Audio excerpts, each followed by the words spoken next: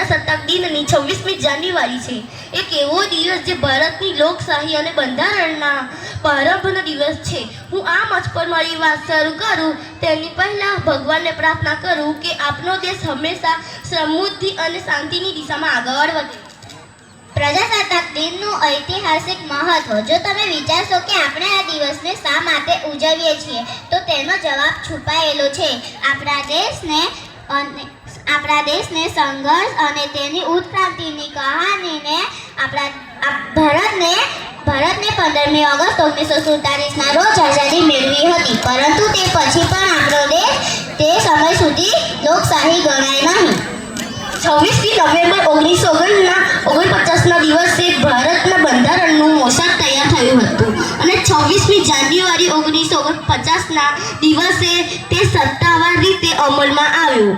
આ દિવસને વિશેષ પસંદ કરવા પાછળ ઐતિહાસિક કારણ હતું. 26મી જાન્યુઆરી 1930ના દિવસે લાહોરમાં સૌ પ્રથમ વખત પૂર્ણ સ્વરાજમાં માટેની પ્રતિજ્ઞા લેવામાં આવી. ભારતનું બંધારણ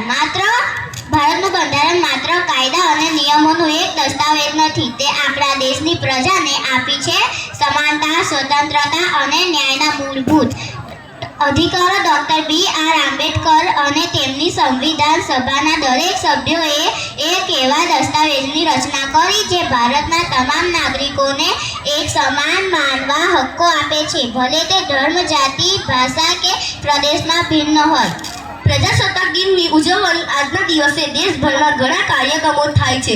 મુખ્ય ઉજવણી આપણા રાજ્યપથ પરના પરેડ દ્વારા દિલ્હી શહેરમાં થાય છે. રાષ્ટ્રપતિ તિરંગા ફરકાવ્યા બાદ રાષ્ટ્રગીતની ધૂન ભવ્ય સાથે પરેડ શરૂ થાય છે. આ પરેડમાં આપણા દેશની સામગ્રી અને શક્તિ, સંસ્કૃતિના વૈવિધ્યતા સભર અને પ્રતિજ્ઞા તત્વોને રજૂ કરવામાં આવે છે. વિભિન્ન રાજ્યો દ્વારા